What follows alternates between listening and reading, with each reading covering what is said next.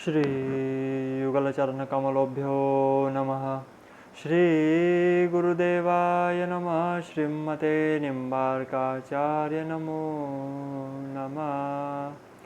श्रीमदहंस समारंभां सनकादिकमध्यमाम् अस्मदाचार्यपर्यन्तां वन्दे गुरुपरम्परा। ठाकुर जी को प्रणाम कर आज हम जो है गुरु पूर्णिमा महोत्सव में जुड़े हुए हैं। गुरु पूर्णिमा महोत्सव पर मैंने भी सोचा कि मैं कुछ बोलूं, क्योंकि बहुत दिन हो गए मैं कुछ बोला नहीं और अपने शिष्यों के लिए भी मैंने कुछ नहीं बोला। तो मैंने सोचा कि इस बार कुछ चीज़ें क्लियर कर दी जाए, कुछ बातें जो है वो क्लियर कर दी जाए। तो ठाकुर जी को हम प्रणाम करते हैं, अपने गुरु को प्रणाम करते हैं। गुरुर्ब्रह्मा गुरुर्विष्णु गुरुर्देवो महेश्वराय, गुरुर्साक्षात् परब्रह्म तस्मै श्री गुरुवे नमः। ब्रादा भक्ति हरिर्ज्ञानं ताभ्यां याञ्च समन्विता तां श्री भगवती गाथा वन्दे युगलरूपिणीम्। कृष्णाय वासुदेवाय हरे परमात्मने प्रणतः क्लेशनाशाय गोविंदाय नमो नमः। ठाकुर जी को प्रणाम कर अपने गुरु के चरणों कमलों की रज को अपने मस्तक पर नवाकर मैं कुछ बोलने का सामर्थ्य कर रहा हूँ। आपको गुरु पूर्णिमा पर कुछ बता रहा, क्योंकि मैं गुरु कृपा से ही बोल सकता हूँ। मेरे में कोई सामर्थ्यता नहीं कि मैं कुछ बोलूँ या आपको कुछ समझाओ भी, क्योंकि व्यक्ति गुरु कृपा के बिना अधूरा है। अगर वो समस्त पूर्ण भी हो जाए तो भी उसमें यदि गुरु नहीं है तो वो अपूर्ण सा ही है। सभी शिष्यों को, जो मेरे शिष्य है, किसी अन्य गुरु के शिष्य है, उन सभी को सबसे पहले तो गुरु पूर्णिमा की ढेर सारी शुभकामनाएं और शुभ आशीर्वाद। ठाकुर जी आपके जीवन में आनंद भरता रहे, भजन भरे, आपके जीवन में सद्मार्गों को आपको प्रवृत्त करे, आपके जीवन में ना धन की ना किसी चीज़ की कमी हो। मैं ठाकुर जी से प्रार्थना करूँगा, क्योंकि मेरे शिष्य यदि तरक्की करेंगे तो गुरु का नाम बड़ा होगा, और गुरु का नाम बड़ा हुआ तो इससे बड़ी बात क्या है। और तरक्की करे, भजन में तरक्की करे, सत्कर्मों में तरक्की करे, अच्छे कामों में तरक्की करे। क्योंकि जैसे एक पुत्र सत्कर्म करता है तो अपने पिता का नाम बड़ा करता है, वैसे ही वो अपने कुल का नाम बड़ा करता है। लेकिन एक सद शिष्य यदि सत्कर्म से अपना नाम रोशन करेगा तो अपने गुरु का भी गौरव बढ़ाएगा। और जीवन में वो व्यक्ति का जीवन धन्य जिसने अपने गुरु के गौरव को बढ़ाया हो, गुरु को अभिमान करने पर विवश किया हो कि देखिए ये आपका शिष्य है, इसने क्या कार्य किया है। प्रशंसा में गुरु का नाम लिया जाए, ऐसा कार्य हर शिष्य को करना चाहिए।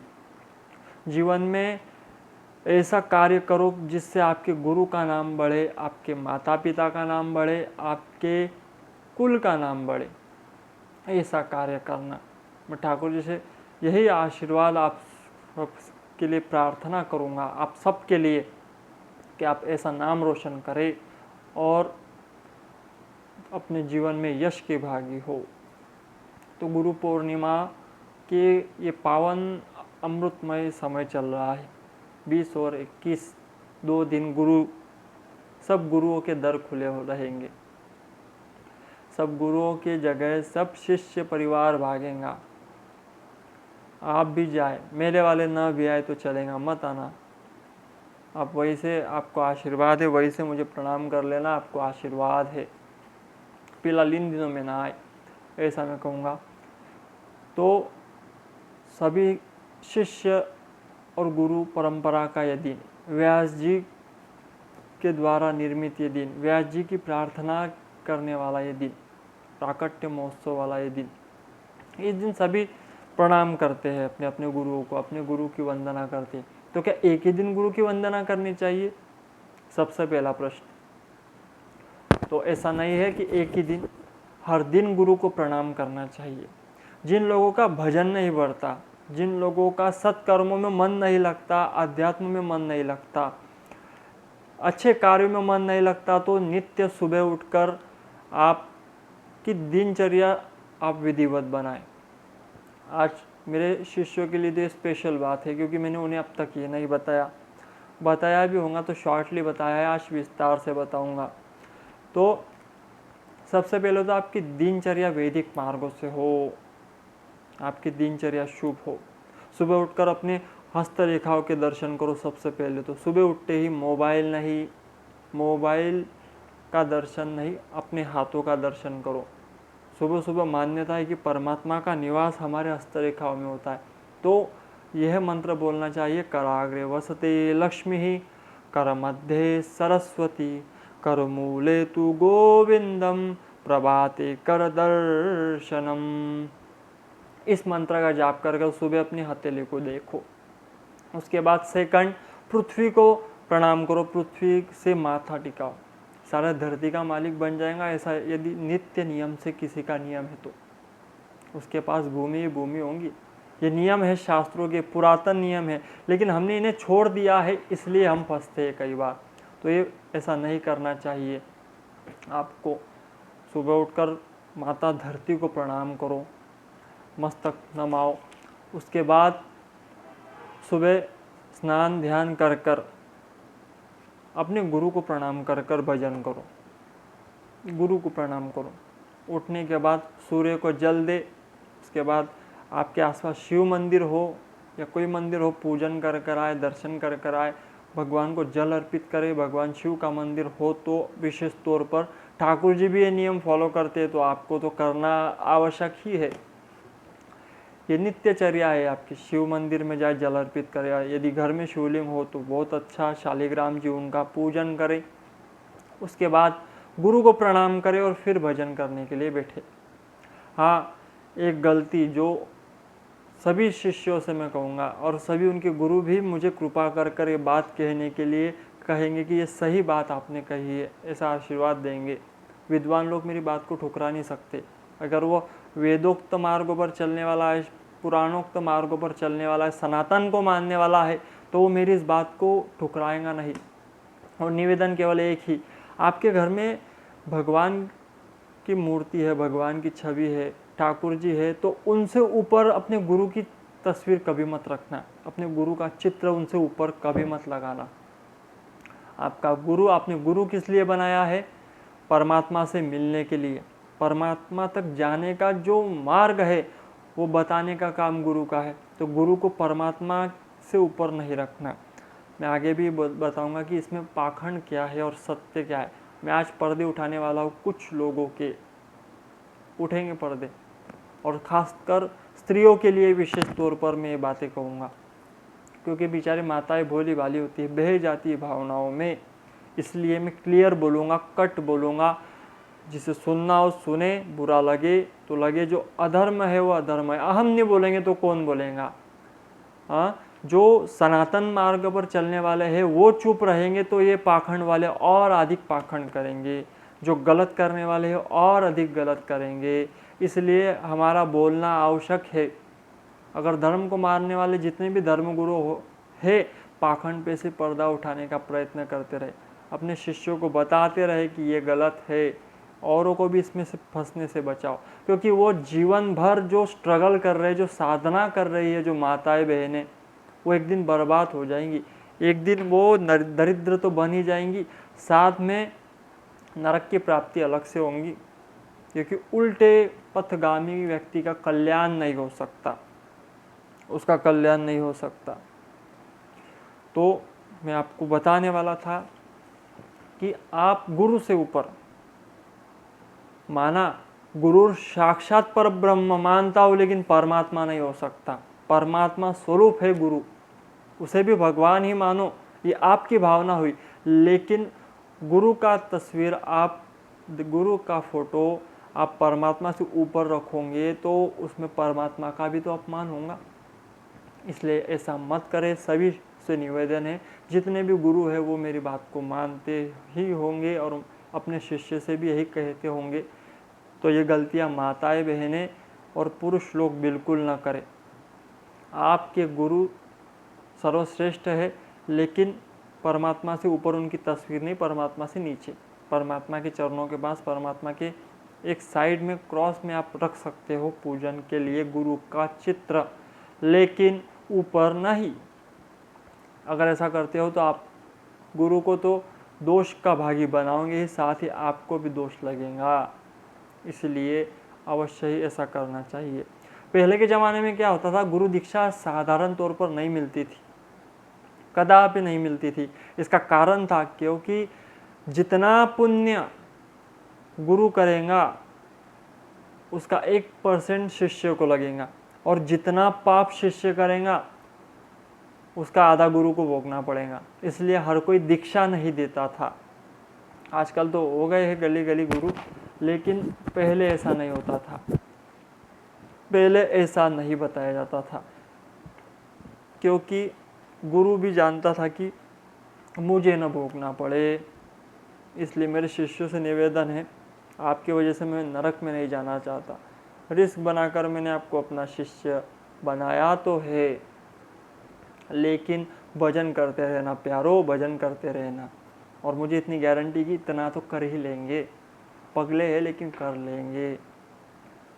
अब आप कहोगे इतने युवाओं को गुरु बना के रखा है, तो बनाया है तो है, लेकिन उनसे यही निवेदन, क्योंकि सद्मार्ग पर चलते रहने की प्रेरणा केवल गुरु ही दे सकता है। मैं बार बार आपको टोकता रहूँगा, बार बार बताता रहूँगा कि आप कहाँ गलत हो। जैसे किसान बार बार बैल को आरी टोसता रहता है कि सद्मार्ग पर चल, ये आपका जो मन रूपी बैल है ना, इसे बार बार गुरु की आरी लगते रहनी चाहिए, क्योंकि अगर नहीं लगी ना तो कुमार्ग पर भटक जाएगा, और कुमार्ग पर भटकने के बाद पतन होता है, कल्याण नहीं हो सकता। तो हमने गुरु इसलिए बनाए हैं क्योंकि हम परमात्मा तक जा सके। गुरु क्यों, गुरु बनाना क्यों जरूरी है? सबसे पहली बात, पिछले वर्ष भी ये बात कही थी, फिर इसी वर्ष वही बात नए अंदाज में कहूँगा, समझ लेना। जैसे हमें कुछ पढ़ना हो तो हम सीनियर केजी, एजी केजी में जाते हैं पढ़ने के लिए, हम पहली कक्षा दूसरी कक्षा में जाते हैं। वैसे ही कुछ सीखना हो तो हम कोचिंग क्लासेस, ट्रेनिंग क्लासेस जाते हैं। ये संसार समझना हो तो कहाँ जाओगे? यूट्यूबर आपको संसार नहीं समझा सकते, आपको कुछ फैक्ट समझा सकते हैं। एक्सपीरियंस वाला बनना है तो आपको गुरु के पास जाना होगा। गुरु इसलिए ज़रूरी है क्योंकि संसार में जो ये माया मोह से भरा हुआ चक्र है, इन दिनों आपको गुरु ढूंढने की, कई लड़कियां लड़के युवाओं भी गुरुओं को ढूंढने निकलेंगे, लेकिन बनाए किसे? किसी ऐसे को गुरु बनाओ जो आपको इस संसार भी समझा दे और परमात्मा भी समझा दे, और आप कौन हो वो भी समझा दे। सच्चा गुरु, सद्मार्ग पर चलने वाला गुरु 3 ही काम करता है। सबसे पहले तो आपको आप कौन हो वो समझाएगा, उसके बाद ये जगत क्या है ये समझाएगा, और तीसरा वो कौन है, वो परमात्मा कौन है ये समझा देगा। ये गुरु का काम है। गुरु 3 ही काम करता है, 3 ही चीज़ें समझाता है मुख्य रूप से। हर गुरु, हर आध्यात्मिक प्रवचनकार गुरु यही समझाएगा सबसे पहले कि ये 3 चीज़ें क्या है, ये संसार क्या है, वो परमात्मा कौन है, और आप कौन हो, ये कौन समझाएगा? ये गुरु समझाएंगे। तो गुरु इसलिए आवश्यक है। आपको संसार कोचिंग क्लास नहीं समझाएगा, आप कौन है आपको कोई नहीं समझाएगा, भटकते रहोगे। और विशेष तौर पर 4 अंतःकरण बताए शास्त्रों में, हल्के हल्के से कहकर निकलने का प्रयत्न करूँगा, कठिन होगा तो आप सो जाएंगे। इसलिए 4 चीज़ें बताई है अंतःकरण, मन, बुद्धि, चित्त और अहंकार। 4 चीज़ें शास्त्रों में बताई है कि हमारे अंतःकरण में 4 है। अंग्रेजी में माइंड कह दो, ख़त्म। हिंदी में ट्रांसलेट करके बुद्धि कह दो, ख़त्म। लेकिन बुद्धि के 4 पार्ट्स है, मन, बुद्धि, चित्त और अहंकार। मन क्या करता है? मन कल्पनाशील है, सुख भोगना चाहता है मन। बुद्धि तर्क वितर्क, ये ऐसा नहीं वैसा नहीं, ये गुरुओं के चक्कर में मत पड़ो, इनके चक्कर में मत पड़ो, भगवान पर विश्वास मत करो, ये कौन करता है? तर्क वितर्क बुद्धि। चित्त आपका मेमोरी कार्ड, जितने भी 84 लाख योनियों में भटक कर आए हो उन सब की ऑडियो वीडियो रिकॉर्डिंग आपके चित्त में छुपी हुई है। बस इतना है, फाइल बहुत अंदर दब गई है, अब याद नहीं रहती। और आत्मा, अहंकार को आत्मा तक लेकर गया, मतलब आपका ईगो, सेल्फ, मैं, वो, ऐसे 4 चीज़ें। तो व्यक्ति कहीं नहीं फंसा तो अभिमान में फंस जाता है। ज्ञानी कहीं नहीं फंसता, ज्ञानी अभिमान में फंसता है। लेकिन आज का जो समय है, आज का जो यूथ है, वो कहाँ फंसा पड़ा है? मन के मारे और बुद्धि के मारे। महाराज ये नहीं मिली तो मर जाऊंगा, वो नहीं मिला तो मर जाऊंगी, अभी कौन सी जिंदगी थी, अभी तक कौन सा तूने धर्म के लिए काम किया, परमात्मा को रिझाने का प्रयत्न किया, अब तक क्या किया? अब तक तो बहुत बेकार जिंदगी, गटर से भी गंदी जिंदगी जी रही थी। केवल वही दिन रात लगा है, उल्लू की जिंदगी जी, रात को 12-12, 1-1, 2-2 बजे तक ऑनलाइन रहकर क्या कर रहे हो? खाया क्या? जहर खा ले, ये चीजें करती रही तो कैसे जानोगे जीवन को? जीवन जानने के लिए सुबह जल्दी उठना था, तुम रात को लेट सोए, उल्लू की सी जिंदगी जिए। नियमों में खुद को बांधना था, लेकिन तुम बंधे कि इसमें बंधनों में बंध गया, मूर्ख जीव। कहाँ बंधा? बंधनों में। और कौन से बंधन? ये मन के बंधन, माया के बंधन, इन बंधनों में बन गया। अरे चैतरे गुमानी नर्तन ना ही पायो रे, ये जीवन दोबारा नहीं मिलेगा, इस भजन में एक बहुत अच्छी लाइन है, ज्वानी गई बुढ़ा पाए, ओ संग न तेरे कुछ काम न आवे, बंदर का सा मुंह हो जाए, डगमग ना रहिले, माया संग ना चले, माया संग ना चले। हो चेतरे गुमानी नर्तन, कोई ना चले, माया संग ना चले, माया संग ना चले। जवानी गई बुढ़ापा आया, संग कोई नहीं आएगा। समय के हिसाब से लोग बदलते साहब। बचपन में तुम्हारा प्यार भी तो समय के हिसाब से बदला ही है। अगर झूठ लगे तो याद करो, बचपन में जितना माँ से प्यार करते थे, किसी से नहीं किया किसी से नहीं किया। माँ ही प्यारी, माँ के बगैर एक क्षण नहीं रहा। 16 वर्ष के बाद जितना प्यार एक मित्र से किया, एक मैत्रीन से किया, उतना प्यार किसी से नहीं किया। झूठ लगे तो बोलो, कमेंट करना झूठ लग रही है।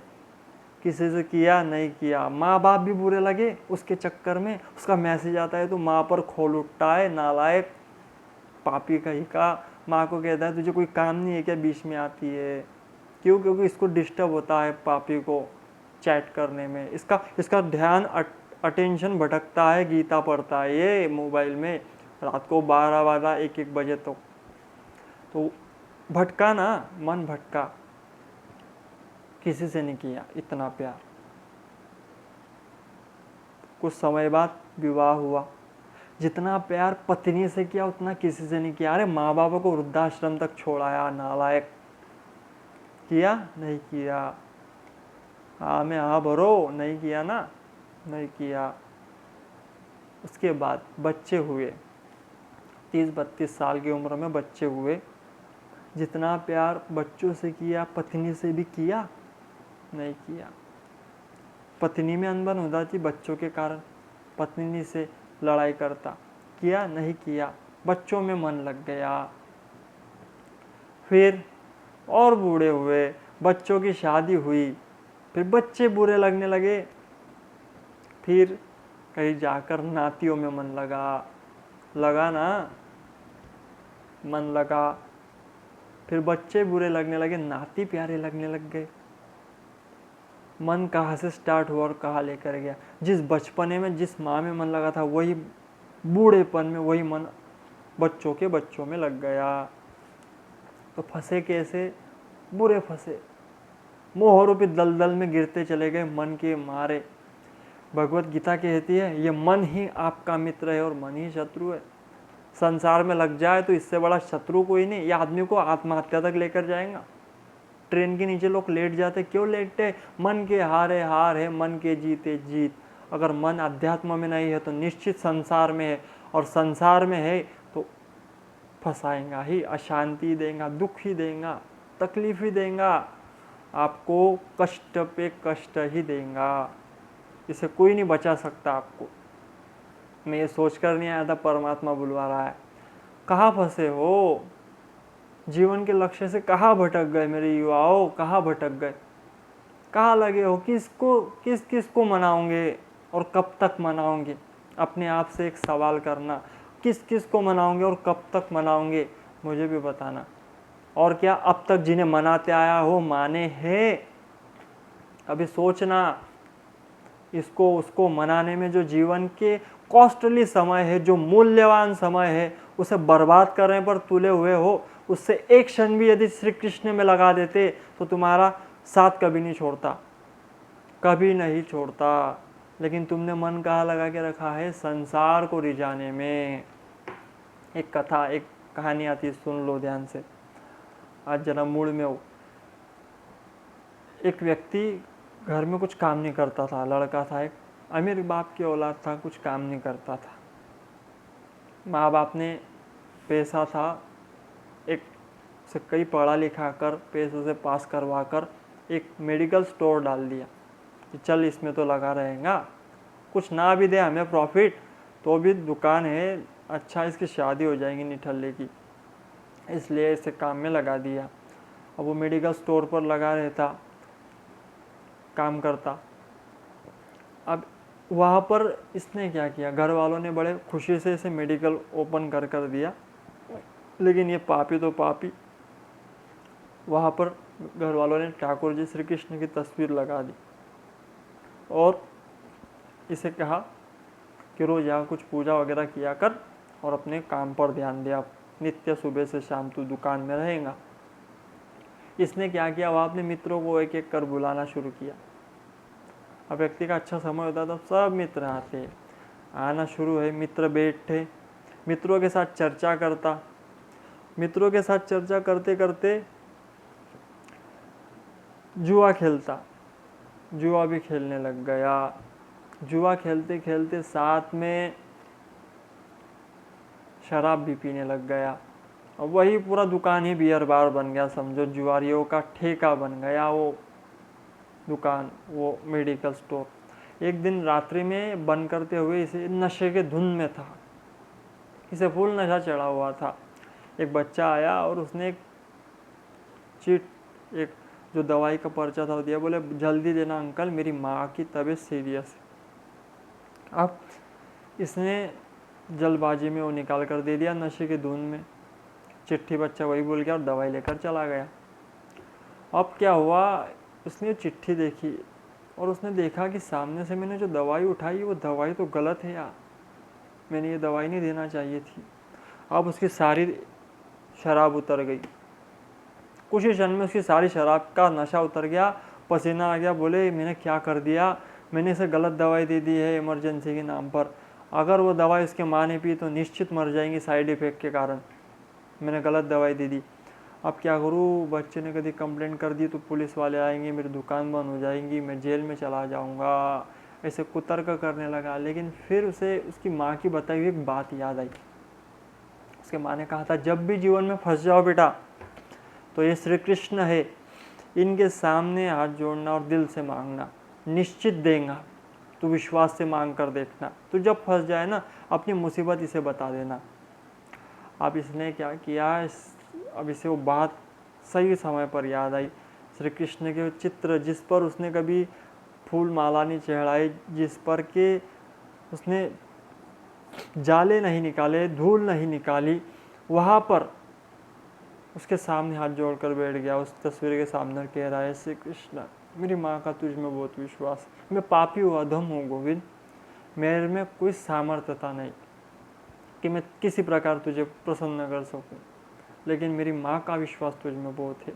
इसलिए गोविंद, यदि तू भक्तों पर अनुग्रह करने वाला है, यदि तू भक्तों की इच्छाओं को पूर्ण करने वाला है और उनका साथ देने वाला है, विपत्तियों में साथ इस संसार नहीं देगा, तू देने वाला है, तो हे गोविंद उस बच्चे को वो दवाई अपनी माँ को मत देने देना, हे गोविंद मत देने देना। आंसुओं से भर गया, आंखों में आंसू झलक आए,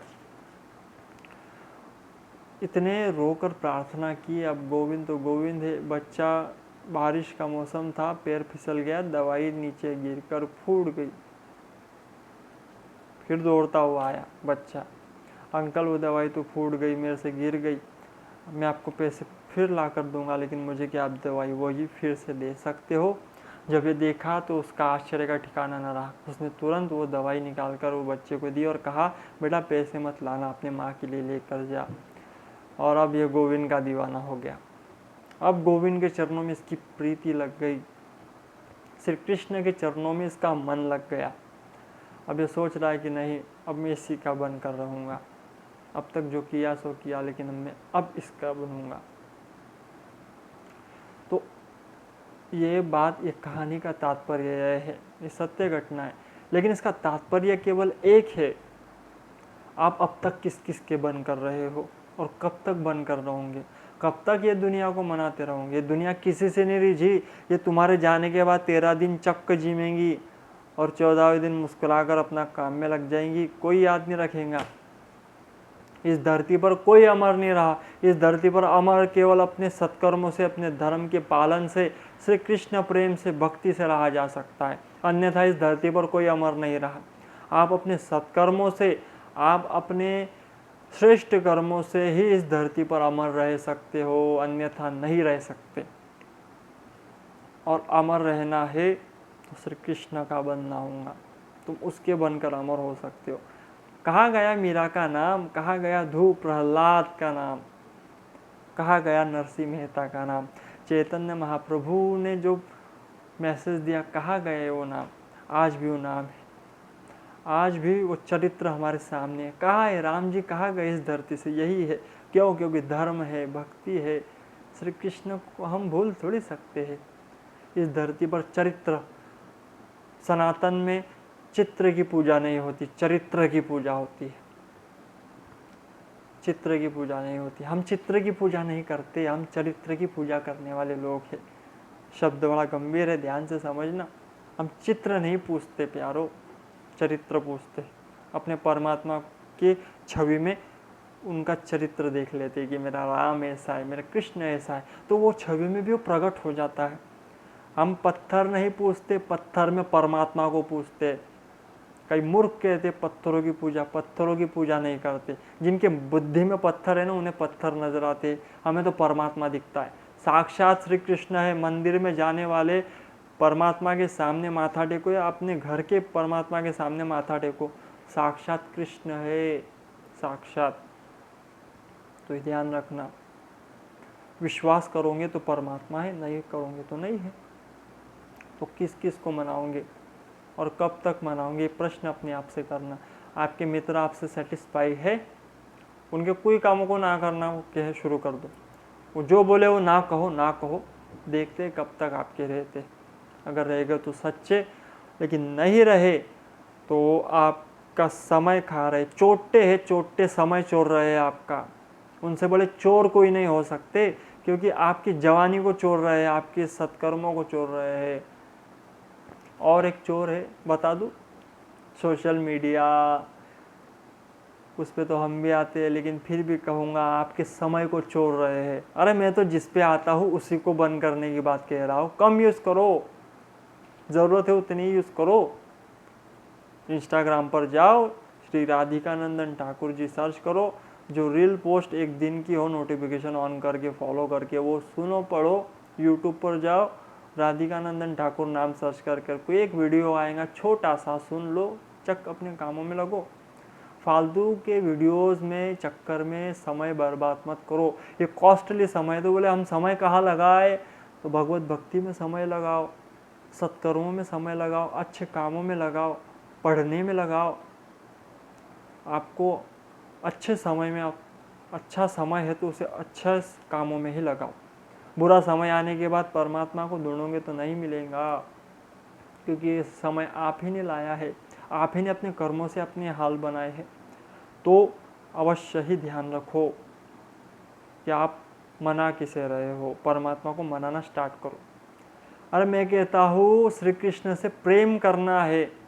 मेरी पुरानी वीडियो बड़ी वायरल है, मैंने उसमें कहा था कि श्री कृष्ण से प्रेम करना चाहते हो तो ऐसा नहीं कि संसार का प्रेम छोड़ दिया जाए। संसार से जितना प्रेम करते हो करो, उसका 1% श्री कृष्ण से करना प्रारंभ कर दो।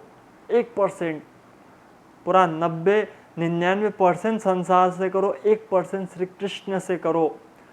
ध्यान रखना, मेरी बात लिख के रख लेना, वो 1% वो 99% पर भारी पड़ेगा, भारी पड़ेगा। 99% पर वो 1% भारी होगा। तुम श्री कृष्ण के बनो, उसके बनो, क्योंकि संसार को तुमसे पहले भी कई लोग रिझा कर जा चुके हैं, तुम्हारे बाद भी कई रिझाने आएंगे। ये न किसी से रिझा है न रिझेगा, किसी से नहीं रिझेगा।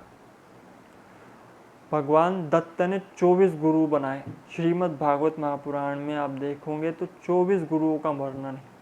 कितने गुरुओं का है? 24। 24 गुरुओं में भगवान दत्त ने पिंगला वेश्या को अपना गुरु बनाया। अब गुरु कौन से इतने 24 गुरु बनाए? तो ये शिक्षा गुरु थे। कई लोग अति विचार वाले कहते हैं भगवान दत्त ने तो 24 बनाए थे, हम 28 बनाएंगे, कोई कहेगा हम 30 बनाएंगे। नहीं नहीं नहीं नहीं, फंस गए प्यारे, फंस गए। गुरु एक ही गुरु काम का है, बाकी नहीं।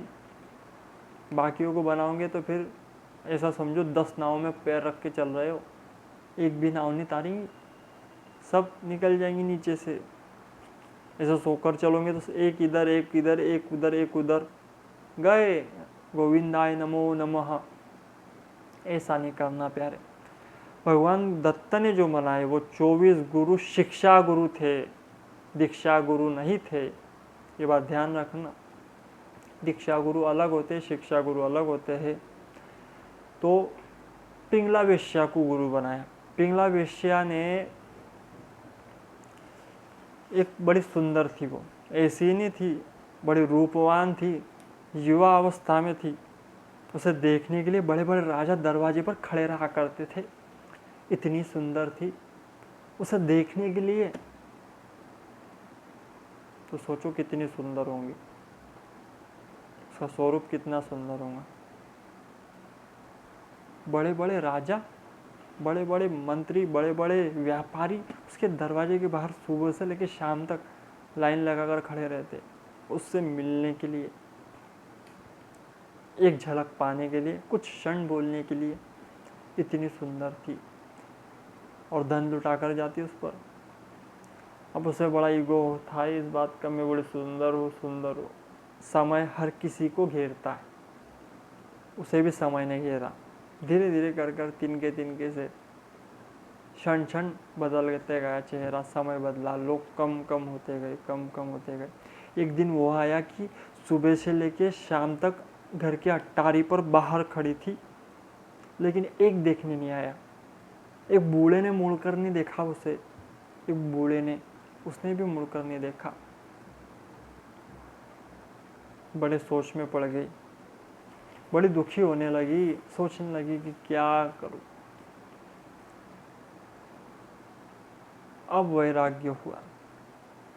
जिस अट्टारी पर चढ़कर खड़ी थी वहां आंसू बहा रही थी, रो रही थी, कह रही थी मैं किसे रिझाने में लगी रही, मैंने इनको रिझाया, मेरे इन लोगों को रिझाने में लगी रही। वैराग्य हुआ।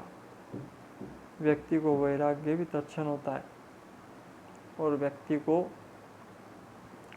राग भी तत्क्षण होता है। संसार में आसक्ति भी तत्क्षण होती है और वैराग्य भी तत्क्षण होता है। बस इतना है, आप महत्व किसे देते हैं ये आपके ऊपर डिपेंड है,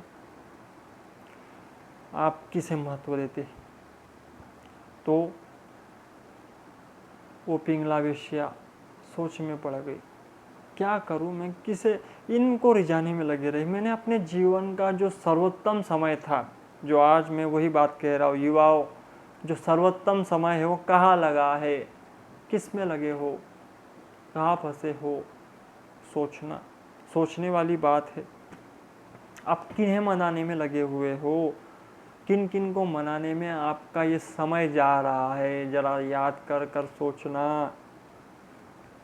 अगर फंस रहे हो तो निकलने का मार्ग ढूंढो, और वो गुरु ही बताएगा। वो ऐसा गुरु बताएगा जो मोह रूपी दलदल को चीर कर आया हो, जो एक्सपीरियंस से भरा हो, ज्ञानों से, पुराणों से भरा हो, ऐसा गुरु। पिंगला वेश्या रो रही थी, आंखों से आंसू बहते हुए रो रही थी। काश मैं उस परमात्मा को मना लेती, काश मैं उस श्री कृष्ण के लिए सज जाती। मैं दुनिया के लिए सजते रही, इनके लिए जो आज मेरी ये दशा है। इन दशा तक मैंने इंतजार क्यों किया, मैं पहले ही उसकी क्यों नहीं बन गई, पहले ही क्यों नहीं बन गई। आंसू बहा रही थी, जिस अट्टारी पर चढ़कर रो रही थी उसके नीचे ये वाक्य सुनने के लिए भगवान दत्त छुप कर खड़े थे और सब सुन रहे थे। रोती बिलखती हुई भीतर गई और कहने लगी, अब से मैं श्री कृष्ण के लिए सजूंगी, श्री कृष्ण के लिए ही सजूंगी, और उसके लिए ही मेरा ये पूरा जीवन अब समर्पित है। अब मैं उससे मनाऊंगी। बहुत मना लिया संसार को, बहुत रिझा लिया संसार को, बहुत फंसी रही संसार में। अब श्री कृष्ण को मनाऊंगी और उसकी बनकर रहूंगी। दत्तात्रेय जी ने ये बात सुनी, इसलिए उसे गुरु बनाया कि वैराग्य हो तो इस जैसा। जो संसार के आसक्तियों में फंसे पड़े हैं, उन्हें आज तक वैराग्य नहीं हुआ, वो मर गए लेकिन वैराग्य तक नहीं गए। उन्होंने को ये जिज्ञासा नहीं हुई, ये ज्ञान नहीं हुआ कि श्री कृष्ण का बना जाए। वो नाती पोते तक ही रह गए, जैसा मैंने कहा, वहाँ तक ही रह गए और वही मर गए। जब नाती पोतों ने भी लात मार दी तब तक भी नहीं सुधरे, फिर भी आसक्ति ऐसी बनी हुई है मानो, जानते हो विषय बढ़ जाएगा, मैं इस बारे में फिर कभी चर्चा करूँगा। लेकिन आप जागो, संसार आपको छोड़े उससे पहले आप संसार को छोड़ दो। पिंगला वेश्या को संसार ने छोड़ा, उससे पहले यदि छोड़ देती तो आज भक्त शिरोमणियों में भी उसकी गाथा होती, लेकिन उसने तब से शुरू कर दिया, इसलिए आज उसकी चर्चा में यहाँ कर रहा हूँ गुरु पूर्णिमा पर। और हर भागवत वक्ता उसकी चर्चा करता है। वो ऐसी सजी श्री कृष्ण के लिए कि भागवत में सज गई। भागवत में उसका प्रसंग आया, जो परमहंसों की संहिता है, जिसमें वैराग्य, भक्ति और ज्ञान के तत्वों का विवेचन है, निरूपण किया गया है, जो श्री कृष्ण से परिपूर्ण श्रीमद् भागवत है। उसमें वो पिंगला वेश्या सज गई। क्यों? क्योंकि कृष्ण की बन गई। तुम नहीं सज सकते क्योंकि तुम श्री कृष्ण के बने का हो। कब तक इस संसार के मनाने, संसार को मनाओगे, श्री कृष्ण को मनाओ। एक क्षण उसे मना लो तो सब मान जाएंगे। तुम सबको मनाने में लगे और उसे छोड़ चुके हो। उसे पकड़ो, बाकी सब अपने आप मान जाएंगे। एक को साधे सब सदे, सब साधे सब जाए। एक को मनाओ, सब मान जाएंगे। अनेकों के चक्कर में मत पड़ो, अनेकों को मनाने में मत जाओ। पिंगला वेश्या भागवत में सज गई। भगवान दत्त ने ये शिक्षा से ली कि ये श्री कृष्ण के लिए सजने के लिए तैयार है। इसे वैराग्य भी हुआ तो ऐसे स्टेज पर हुआ जहाँ ये पूरी आसक्त थी संसार में। पिंगला वेश्या पूरी आसक्त थी क्योंकि उसे केवल संसार को रिझाना पता था। एक क्षण में श्री कृष्ण की बनने में उसने विचार नहीं किया, इसलिए उसे गुरु बनाया कि ये गुरु है, ये श्री कृष्ण तक जाने के लिए लालायित है। तो ऐसा वैराग्य। बूढ़े हो गए लेकिन नहीं आया अब तक, दांत चले गए, फिर भी हड्डी तोड़नी है दांतों से कईयों को। कैसे मनाओगे उसे, कैसे रिझाओगे? तृष्णा न जाए मन से, कृष्णा न आए मन में, यत्न करूं मैं हजार, कैसे लगेंगी नैया पार मेरे राम जी, कैसे लगेंगी नैया पार। मन संसार में है और श्री कृष्ण चाहिए, नहीं मिल सकता। मन उसमें लगा दो, तन संसार को दे दो, कोई लेन देना नहीं तन से लोगों को, लेकिन मन श्री कृष्ण में लग जाए, मन उसे पाने में लग जाए तो निश्चित कल्याण होगा, इसमें कोई संदेह नहीं। निश्चित आप उस पद तक चल जाओगे जिस पद तक पिंगला वेश्या होकर भी चले गई।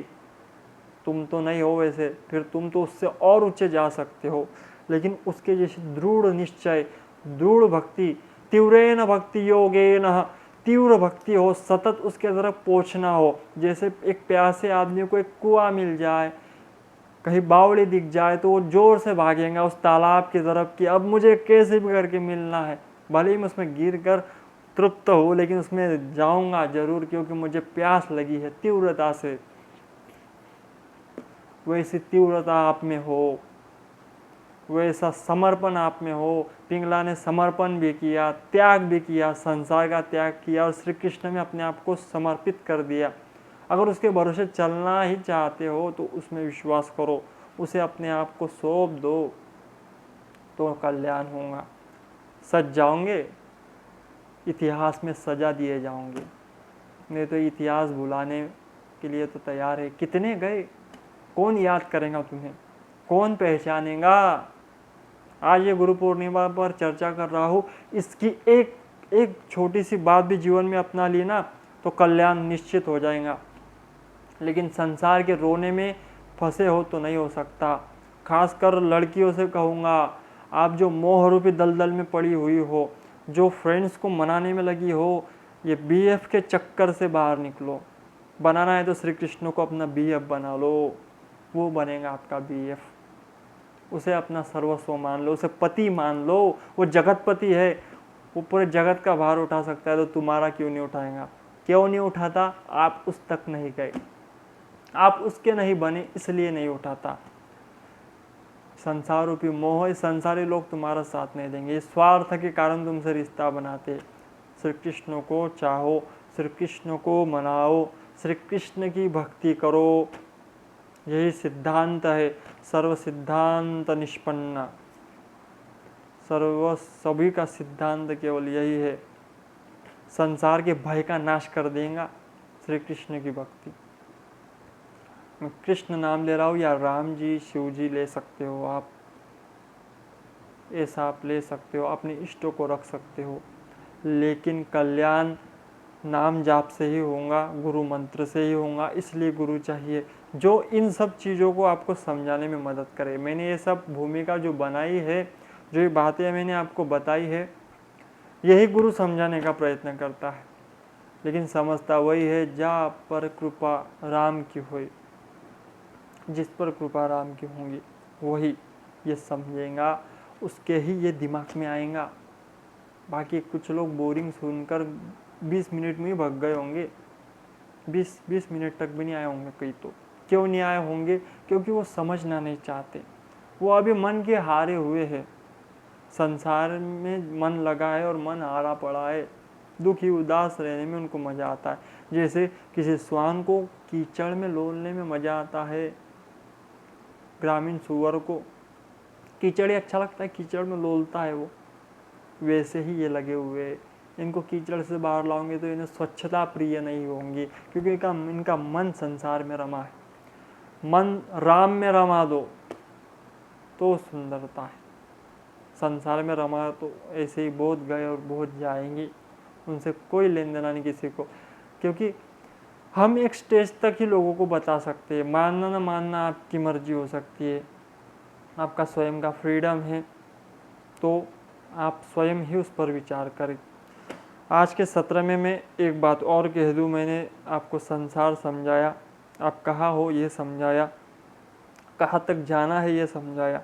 लेकिन एक विशेष बात अब मैं समझाऊंगा, ये कलयुग में बोलना जरूरी है, इसलिए बोल रहा हूँ प्यारे, ध्यान से सुनना, कि किसे गुरु नहीं बनाना है।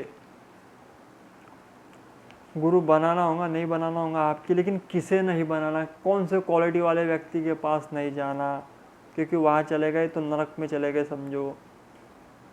और ऐसे बहुत है, मुझे किसी ने करेक्ट आंकड़ा दिया है कि महाराज इस दुनिया में 65.5 लोग ऐसे हैं जो स्वयं को भगवान सिद्ध कर कर घूम रहे हैं। कितने? 65.5 लोग। आधा कोई ना कोई होगा जो भगवान और स्वयं दोनों में ईश्वर करता होगा। मैं मानता हूँ, मैं नो डाउट, मैं स्वयं मानता हूँ कि गुरु साक्षात पर ब्रह्म, लेकिन वो ब्रह्म से मिला दे, जो ब्रह्म है वो पर ब्रह्म तक लेकर जाए। मानता हूँ कि गुरु ब्रह्मा, गुरु विष्णु, गुरुर्देवो महेश्वराय, मानता हूँ, एक्सेप्ट करता हूँ, लेकिन वो बोलेगा नहीं। परमात्मा कभी बोलता नहीं कि मैं ही भगवान हूँ, नहीं बोलता। वो आएगा तो समझ में आ जाएगा कि वो भगवान है, ऐसा भगवान। वो स्वयं समझ जाओगे तुम। राम जी ने कभी नहीं कहा लोगों के पास जा जाके कि मुझे भगवान मानो। वो आए तो लोग समझ गए कि ये हमारा है, परमात्मा। आपकी आत्मा गवाही दे देंगी कि ये परमात्मा है। श्री कृष्ण ने कभी नहीं कहा कि मुझे पूजो, लेकिन रोज गोपिकाओं के चित्तों में श्री कृष्ण ही लगे रहते। क्यों? क्योंकि आत्मा गवाही देती है, मन या अंतःकरण गवाही देता है कि तू जिसे खोज रहा है, जिस अपूर्णता से तू पूर्णता तक जाना चाहता है, वो पूर्णता तेरे सामने खड़ी है। यही, इसी तक तू भाग रहा है, तेरी रेस इसी तक है, इसी से शुरू हुई और इसी में समाप्त होंगी। ये वही है, मन गवाही देगा। तो ये 65.5 के चक्कर में मत पड़ना। 65.5 ही है। और सब संबंध में महाराज बीपी, शुगर, हाई कोलेस्ट्रॉल, दमा के मरीज है, स्वयं को भगवान बताने वाले। वो ये कभी सूर्य का अवतार बता रहे थे खुद को। हाथरस वाली घटना। हाँ, फंसना मत, पाखंड से दूर रहो। जो स्वयं को भगवान बताए, दूर से हाथ जोड़ो, बोलना देख लिए भगवान। हम निकलते दिख गए ना, बोलना बस इतना ही चाहिए था। अब कुछ मंत्र गिंत्र नहीं ना, कुछ कमरे तक जाना नहीं, दूर से ही प्रणाम तुमको, निकल लो वहां से कान पर हाथ रख के। नए नए भगवान प्रकट कर दिए कलयुग में, जो थे ही नहीं। किसी शास्त्रों में नहीं, किसी पुराणों में नहीं, किसी वेदों में चर्चा नहीं, या कहो किसी कवि ने चर्चा नहीं की, या किसी ऐसे रचनाकार ने चर्चा नहीं की, महाकाव्यों में चर्चा नहीं। ऐसे कौन से भगवान प्रकट कर दिए क्या पता। 24 अवतारों में चर्चा नहीं, ऐसे भी भगवान प्रकट कर दिए। और ऐसे गुरु भी प्रकट हो गए। तो इनसे बच कर रहना है। गुरु नहीं है, पाखंडी है ऐसे लोग। तो कौन से है वो मैं बताने वाला हूँ। जो वैष्णव न हो, वैष्णव माने जो 24 अवतारों में से अतिरिक्त किसी से पूजा करवाता हो, ऐसे को गुरु मत बनाना, वरना नरक में तुम्हारा टिकट कंफर्म, बिना पैसों के। वो मारते तुम्हारे गुरु को पहले मारेंगे 4 और तुम्हें 6 मारेंगे, क्योंकि वो तो पागल था, तुम क्यों पागल बने। दूसरा, 24 अवतारों में से जो किसी को न माने, ऐसे को गुरु मत बनाना। दूसरा, जो भजन न करे उसे गुरु मत बनाना।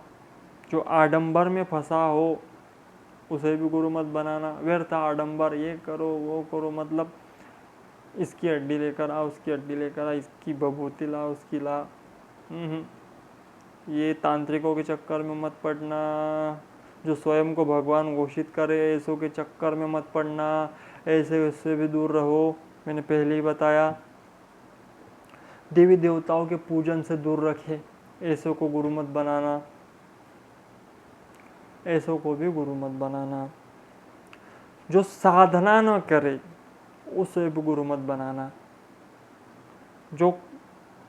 जो वैदिक संप्रदाय, जो विशेष पौराणिक मान्यता वाले संप्रदाय से जुड़ा ना हो, ऐसे को गुरु मत बनाना। संप्रदाय पहले पता करना, कौन सा संप्रदाय से जुड़े हो गुरुदेव आप, उसके बाद बनाना। जो भूत पेत पाखंडों को खुश करने की बात करता हो, ऐसे से भी दूर रहना।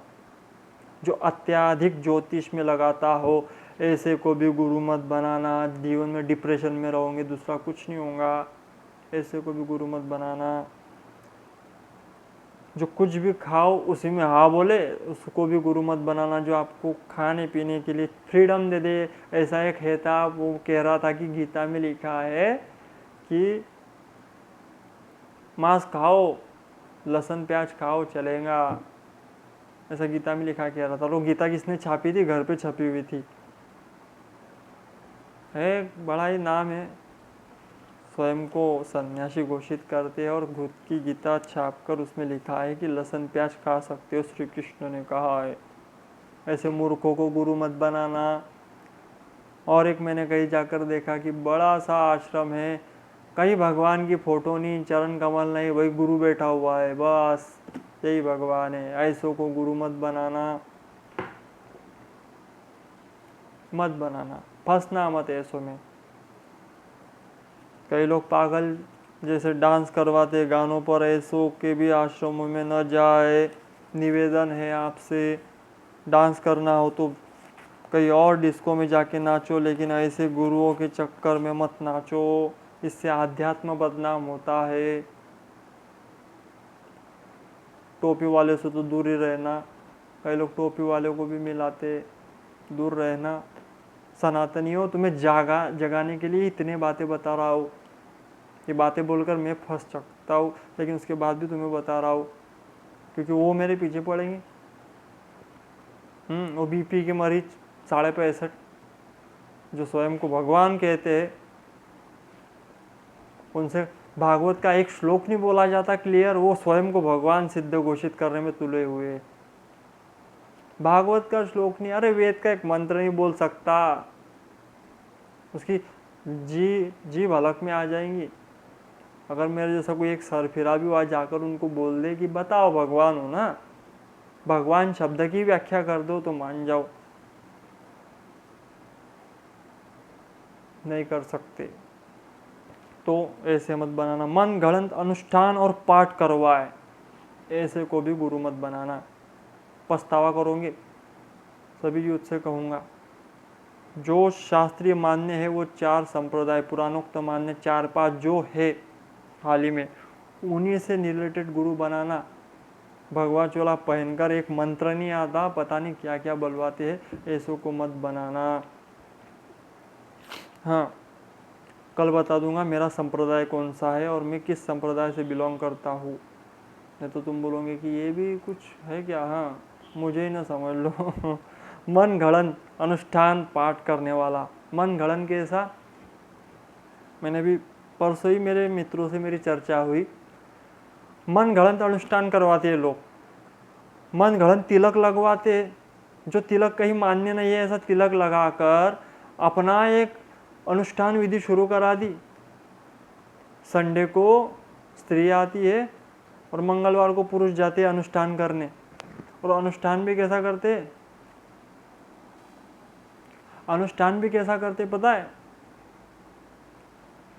अलग ही अनुष्ठान है उनका। पता नहीं किस शास्त्रों में किस वेद में लिखा है, किसी आदमी को भगवान मानते हैं, उसी के नाम का जाप करते, और साथ में एक भगवान भी अपनी भगवान जोड़ लिए है ताकि नीचे ना गिरे।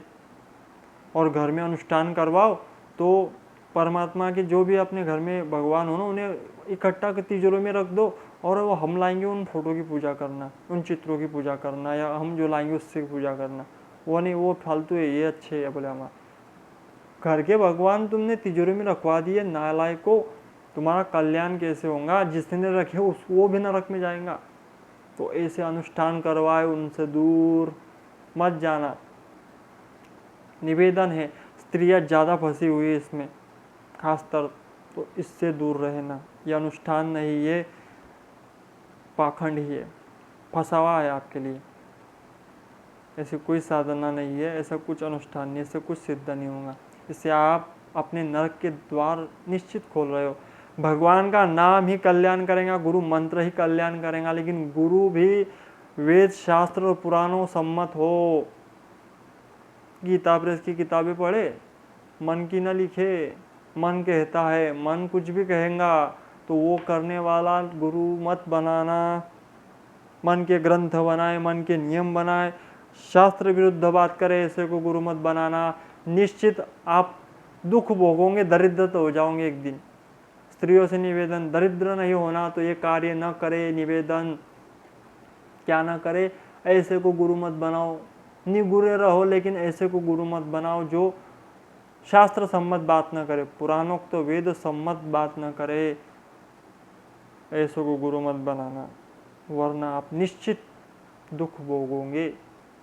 और वो दुख यहाँ नहीं, नरक में भी भोगना पड़ेगा और आने वाली पीढ़ी को भी भोगना पड़ेगा। छोटे छोटे बच्चों को जो वेद सम्मत नहीं है, अब जो ये तिलक लगाया गया है, इसका प्रमाण पद्म पुराण में वर्णित है, स्कंद पुराण में वर्णित है कि तिलक किस प्रकार के हो, कैसे हो।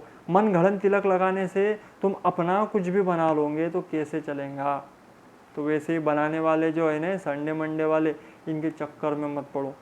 अपने भगवान को भजो, स्वयं के भगवानों का अपमान मत करो। निवेदन है, स्त्रियों से तो विशेष निवेदन है, ऐसे आडंबरों में न जाए। जाती हो तो निश्चित दरिद्रता और दुख भोगने के लिए तैयार, आपकी इच्छा। आपको बोलने वाला मैं पागल हो सकता हूँ, लेकिन बचाने वाला हूँ।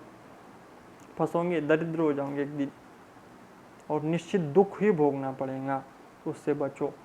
तो गुरु ऐसों को कभी मत बनाना। और अब मैं बताऊंगा कल कि गुरु किसे बनाए, गुरु परंपरा क्या है, गुरु से सीखने लायक बातें क्या है, और भी अन्य अन्य जो ठाकुर जी बुलवाए वो चर्चा हम कल करेंगे। आज के सत्र को यही पूर्ण करता हूँ। सभी भक्तों को गुरु पूर्णिमा की ढेर सारी शुभकामनाएं। सभी को राधे राधे। किसी को मुझसे जुड़ने की इच्छा हो, कोई जानकारी चाहिए हो, कुछ बातें जाननी हो, कोई सवाल हो, तो मेरे इंस्टाग्राम हैंडल पर आप जा सकते हो।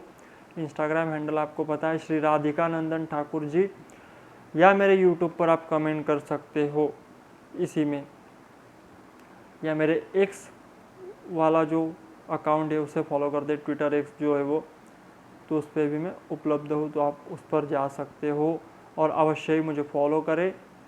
निवेदन है, अच्छी बातें लगे तो औरों को शेयर करें, लाइक करें, क्योंकि इससे मुझे प्रेरणा मिलेंगी, और मुझे प्रेरणा दोगे तो मैं और आपके लिए बोल पाऊँगा। तो सभी को शुभ आशीर्वाद। आज के आशीर्वचनों को यही पूर्ण करता हूँ। ओम पूर्णमिदं पूर्णमदः पूर्णपूर्णात् मुदच्यते पूर्णेन्दु पूर्णमादाय पूर्णमेवावशिष्यते। गुरुर्ब्रह्मा गुरुर्विष्णु गुरुर्देवो महेश्वरा गुरुर्साक्षात् परब्रह्म तस्मै श्री गुरुवे नमः। आज के सत्र को ही पूर्ण करते। राधे राधे।